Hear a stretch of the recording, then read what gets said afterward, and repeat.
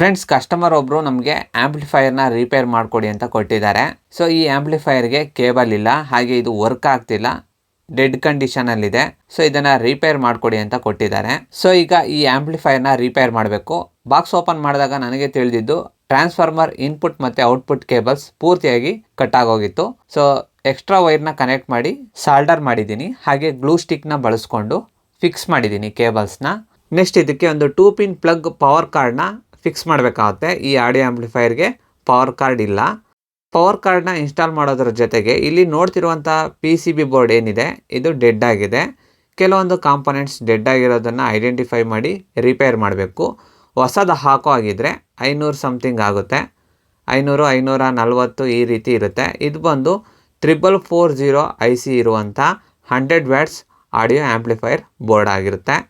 So ಇದನ್ನು repair ಮಾಡಿ ready ಮಾಡಿದ್ದೀನಿ. ಈಗ ಇದಕ್ಕೆ ಪವರ್ ಕಾರ್ಡ್ನ ಇನ್ಸ್ಟಾಲ್ ಮಾಡಬೇಕು. ಇದ್ರ ಪ್ರೈಸ್ ಬಂದು 200 ರೂಪೀಸ್ ಆಗುತ್ತೆ. ಸೊ ಈ ರೀತಿ ಗಂಟಾಕ್ಬಿಟ್ಟು ಸ್ವಿಚ್ ಕಂಟ್ರೋಲ್ ಇದೆ, ಸ್ವಿಚ್ ಕಂಟ್ರೋಲ್ಗೆ ಕನೆಕ್ಟ್ ಮಾಡ್ತಾ ಇದ್ದೀನಿ. ಅಲ್ಲಿಗೆ ಟ್ರಾನ್ಸ್ಫಾರ್ಮರ್ ರಿಪೇರಿ ಮಾಡಿರೋದಾಗಿದೆ. ಹಾಗೆ ಆಡಿಯೋ ಆ್ಯಂಪ್ಲಿಫೈಯರ್ ಕಾಂಪೊನೆಂಟ್ಸ್ ಡೆಡ್ ಆಗಿದ್ದು ಕೆಲವೊಂದು, ಅದನ್ನು ರೀಪ್ಲೇಸ್ ಮಾಡಿ ರೆಡಿ ಮಾಡಿದ್ದೀನಿ. ನೆಕ್ಸ್ಟ್ ಈಗ ಪವರ್ ಕಾರ್ಡ್ನ ಇನ್ಸ್ಟಾಲ್ ಮಾಡ್ತಾ ಇದ್ದೀನಿ. ಅದಾದ ನಂತರ ಇದು ಯಾವ ರೀತಿ ವರ್ಕ್ ಆಗುತ್ತೆ ಅಂತ ಸ್ಟೆಪ್ ಬೈ ಸ್ಟೆಪ್ ನಿಮಗೆ ತೋರಿಸ್ತಾ ಹೋಗ್ತೀನಿ. ಆಡಿಯೋ ಆ್ಯಂಪ್ಲಿಫೈಯರ್ ವರ್ಕ್ ಆಗೋದನ್ನು ನಿಮಗೆ ತೋರಿಸ್ತಾ ಹೋಗ್ತೀನಿ. ವಿತ್ ಸಾಂಗ್ ಪ್ಲೇ ಮಾಡಿಬಿಟ್ಟು ನಿಮಗೆ ತೋರಿಸ್ತೀನಿ. ಮೊದಲನೇದಾಗಿ ಪವರ್ ಕಾರ್ಡ್ಗೆ ಮತ್ತು ಈ ಟ್ರಾನ್ಸ್ಫಾರ್ಮರ್ ಇನ್ಪುಟ್ಗೆ ಸಾಲ್ಡ್ರ್ ಮಾಡಿಕೊಂಡು ಸ್ವಿಚ್ ಕನೆಕ್ಷನ್ನ ಕೊಡಬೇಕಾಗುತ್ತೆ. ನೆಕ್ಸ್ಟ್ ಒಂದು ಥರ್ಮಲ್ ಸ್ಲೀವ್ಸ್ ಅಂತ ಬರುತ್ತೆ, ಅದನ್ನು ತಗೊಂಡು ಈ ಸಾಲ್ಡ್ರ್ ಮಾಡಿರುವಂಥ ಜಾಗಕ್ಕೆ ಕವರ್ ಮಾಡಬೇಕಾಗುತ್ತೆ. ಯಾಕೆಂದರೆ ಇದು ಗ್ರೌಂಡ್ ಆದರೆ ಫುಲ್ ಮೆಟಲ್ ಬಾಡಿ ಏನು ಬರುತ್ತೆ ಪೂರ್ತಿ ಶಾಕ್ ಹೊಡೆಯುತ್ತೆ. ಸೊ ಹಾಗಾಗಿ ಥರ್ಮಲ್ ಸ್ಲೀವ್ಸ್ ಅಂತ ಬರುತ್ತೆ, ಅದನ್ನು ಹಾಕಿಬಿಟ್ಟು ಹಾಟ್ ಏರ್ ಗನ್ನಲ್ಲಿ ಈ ಥರ ಹೀಟ್ ಮಾಡಿದ್ರೆ ಪೂರ್ತಿ ಅದು ಶ್ರಿಂಕ್ ಆಗುತ್ತೆ. ಸೊ ಅದಕ್ಕೆ ಇದನ್ನು ಹೀಟ್ ಶ್ರಿಂಕ್ ಟ್ಯೂಬ್ಸ್ ಅಂತ ಕರೀತಾರೆ. ಇಲ್ಲಿ SMD ರೀವರ್ಕ್ ಸ್ಟೇಷನಿಂದ ನಾನು ಹೀಟ್ ಮಾಡಿ ಇದನ್ನು ಫಿಕ್ಸ್ ಮಾಡಿದ್ದೀನಿ. ನೆಕ್ಸ್ಟ್ ಈಗ ಸಪ್ಲೈಗೆ ಹಾಕಿ ಕನೆಕ್ಟ್ ಮಾಡಿ ಆನ್ ಮಾಡಿದಾಗ ಆಡಿಯೋ ಆ್ಯಂಪ್ಲಿಫೈಯರ್ ವರ್ಕ್ ಆಗ್ತಿದೆ. ಸದ್ಯಕ್ಕೆ ಈಗ ಲೈಟ್ ಗ್ಲೋ ಆಗ್ತಿದೆ, ಬಟ್ ಔಟ್ಪುಟ್ ವೋಲ್ಟೇಜ್ ಏನು ಬರ್ತಿದೆ ಸ್ಪೀಕರ್ಗೆ ಅಂತ ಚೆಕ್ ಮಾಡೋದಕ್ಕೆ ಕನೆಕ್ಟ್ ಮಾಡಿದ್ದೀನಿ. 14, 15, 16, 17 ವೋಲ್ಟ್ಸ್ವರೆಗೂ AC ಔಟ್ಪುಟ್ ವೋಲ್ಟೇಜ್ ಬರ್ತಿದೆ. ಸ್ಪೀಕರ್ ಕನೆಕ್ಟ್ ಮಾಡೋ ಜಾಗದಲ್ಲಿ ಮಲ್ಟಿಮೀಟರ್ ಪ್ರೋಬ್ಸ್ನ ಇಟ್ಟು ಟೆಸ್ಟ್ ಮಾಡಿದ್ರೆ, ಮ್ಯಾಕ್ಸಿಮಮ್ ವ್ಯಾಲ್ಯೂಮ್ ಕೊಟ್ಟು ಚೆಕ್ ಮಾಡಿದ್ರೆ 14 to 15, 16, 17 ವೋಲ್ಟ್ಸ್ವರೆಗೂ ಔಟ್ಪುಟ್ AC ವೋಲ್ಟೇಜ್ ಬರುತ್ತೆ. ಸೊ ಕಾಂಪೊನೆಂಟ್ಸ್ ಕೆಲವೊಂದು ಡೆಡ್ ಆಗಿತ್ತು PCB ಬೋರ್ಡಲ್ಲಿ. ಸೊ ಅದನ್ನು ರಿಪೇರ್ ಮಾಡಿದ ನಂತರ ಆಡಿಯೋ ಆ್ಯಂಪ್ಲಿಫೈಯರ್ ಔಟ್ಪುಟ್ ವೋಲ್ಟೇಜ್ ಬರ್ತಿದೆ.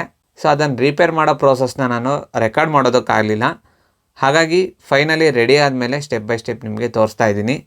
ಇದು ಯಾವ ರೀತಿ ರಿಪೇರ್ ಮಾಡಬೇಕು ಅಂತ ವಿಡಿಯೋ ಅಲ್ಲ, ಇದು ಒಂದು ರೆಡಿ ಮಾಡಬೇಕಾದ್ರೆ ಏನೆಲ್ಲ ಸ್ಟೆಪ್ಸ್ ಇರುತ್ತೆ, ರಿಪೇರ್ ಮಾಡುವಾಗ ಏನೆಲ್ಲ ಪ್ರಾಬ್ಲಮ್ ನಾವು ಫೇಸ್ ಮಾಡ್ತೀವಿ ಅಂತ ನಿಮಗೆ ಇಲ್ಲಿ ಡೀಟೇಲಾಗಿ ತಿಳಿಸ್ತಾ ಹೋಗ್ತಾ ಇದ್ದೀನಿ. ಆಡಿಯೋ ಆ್ಯಂಪ್ಲಿಫೈಯರ್ ಬೋರ್ಡಲ್ಲಿ ಟ್ರಬಲ್ ಇರೋದ್ರಿಂದ ಔಟ್ಪುಟ್ ವೋಲ್ಟೇಜ್ ಬರ್ತಿರಲಿಲ್ಲ ಸ್ಪೀಕರ್ಗೆ. ಸೊ ಹಾಗಾಗಿ ಸ್ಪೀಕರಲ್ಲಿ ಸೌಂಡ್ ಬರ್ತಿರಲಿಲ್ಲ, ಬಟ್ ಆ್ಯಂಪ್ಲಿಫೈಯರ್ ವರ್ಕಿಂಗ್ ಕಂಡೀಷನಲ್ಲಿ ಇತ್ತು. ಸೊ ಕಾಂಪೊನೆಂಟ್ಸ್ನೆಲ್ಲ ಐಡೆಂಟಿಫೈ ಮಾಡಿ, ಫಾಲ್ಟ್ ಐಡೆಂಟಿಫೈ ಮಾಡಿ ಕಾಂಪೊನೆಂಟ್ಸ್ನ ರೀಪ್ಲೇಸ್ ಮಾಡಿದ ನಂತರ ಔಟ್ಪುಟ್ ವೋಲ್ಟೇಜ್ ಬರ್ತಿದೆ. ಇಲ್ಲಿ ನೋಡ್ತಿರ್ಬೋದು ಮ್ಯೂಸಿಕ್ ಬರ್ತಿರೋ ಅಂಥದ್ದು, ಆಡಿಯೋ ಪ್ಲೇ ಆಗ್ತಿದೆ. ಸ್ಪೀಕರ್ ನೋಡ್ಬೋದು ಎಫೆಕ್ಟ್ ಯಾವ ರೀತಿ ಅಪ್ ಡೌನ್ ಆಗ್ತಿದೆ ಅಂತ. ಸೊ ಈ ರೀತಿ ಸ್ಟೆಪ್ ಬೈ ಸ್ಟೆಪ್ ನಾವು ಪ್ರಾಬ್ಲಮ್ನ ಐಡೆಂಟಿಫೈ ಮಾಡಿ ಫಾಲ್ಟ್ನ ಸಾಲ್ವ್ ಮಾಡಿಕೊಂಡು ಒಂದು ಡಿವೈಸ್ನ ರಿಪೇರ್ ಮಾಡಬೇಕಾಗುತ್ತೆ. ಸೊ ಇದೇನು ಬಿಡು ತುಂಬ ಸುಲಭ, ಹಿಂಗೆ ಈ ಥರ ಮಾಡಿಬಿಟ್ರೆ ರೆಡಿಯಾಗಿ ಹೋಗ್ಬಿಡುತ್ತೆ ಅಂತ ಅಂದ್ಕೊಬೋದು. ಬಟ್ ಒಂದು ಫಾಲ್ಟ್ನ ಐಡೆಂಟಿಫೈ ಮಾಡೋದು ತುಂಬ ಕಷ್ಟ ಇರುತ್ತೆ. ಯಾವ ಪಾರ್ಟಲ್ಲಿ ಯಾವ ಕಾಂಪೊನೆಂಟ್ಸ್ ಡೆಡ್ ಆಗಿದೆ, ಪಾರ್ಷಿಯಲ್ ಡೆಡ್ ಆಗಿದೆಯಾ ಅಥವಾ ಫುಲ್ ಡೆಡ್ ಆಗಿದೆಯಾ, ಕೆಲವೊಂದು ಕಡೆ ಶಾರ್ಟ್ ಆಗುತ್ತೆ, ಫುಲ್ ಶಾರ್ಟ್ ಆಗುತ್ತೆ, ಹಾಫ್ ಶಾರ್ಟ್ ಆಗುತ್ತೆ. ಆ ಸಂದರ್ಭದಲ್ಲಿ ಆಡಿಯೋ ಆ್ಯಂಪ್ಲಿಫೈಯರ್ ವರ್ಕ್ ಆಗೋದೇ ಇಲ್ಲ. ಈ ಥರ ತುಂಬ ಪ್ರಾಬ್ಲಮ್ನ ಫೇಸ್ ಮಾಡಬೇಕಾಗುತ್ತೆ ರಿಪೇರ್ ಮಾಡುವಾಗ. ಸೊ ಆ ಪ್ರಾಬ್ಲಮ್ನೆಲ್ಲ ಐಡೆಂಟಿಫೈ ಮಾಡಿಕೊಂಡು ಫಾಲ್ಟ್ ಐಡೆಂಟಿಫೈ ಮಾಡಿ ರಿಪೇರ್ ಮಾಡಿ ಫೈನಲಿ ಒಂದು ಡಿವೈಸ್ನ ವರ್ಕ್ ಆಗೋ ರೀತಿ ಮಾಡಬೇಕು. ಸೊ ಎಲೆಕ್ಟ್ರಾನಿಕ್ಸ್ ರಿಪೇರ್ ಮಾಡೋದು ಅಷ್ಟು ಸುಲಭ ಅಲ್ಲ, ತುಂಬ ಡಿಫಿಕಲ್ಟ್ ಇರುತ್ತೆ, ತುಂಬ ಟೈಮ್ ತೊಗೊಳುತ್ತೆ. ಸೊ ಟೈಮ್ನ ಇನ್ವೆಸ್ಟ್ ಮಾಡಿ ನಾವು ರಿಪೇರ್ ಮಾಡಬೇಕಾಗುತ್ತೆ. ಫೈನಲಿ ಡಿವೈಸ್ ರಿಪೇರ್ ಆಗಿದೆ. ವಿಡಿಯೋ ನಿಮಗೆ ಇಷ್ಟ ಆಗಿದೆ ಅಂತ ಭಾವಿಸ್ತಾ ಈ ವಿಡಿಯೋನ ಇಲ್ಲಿಗೆ ಕ್ಲೋಸ್ ಮಾಡ್ತಿದ್ದೀನಿ. Thanks for watching.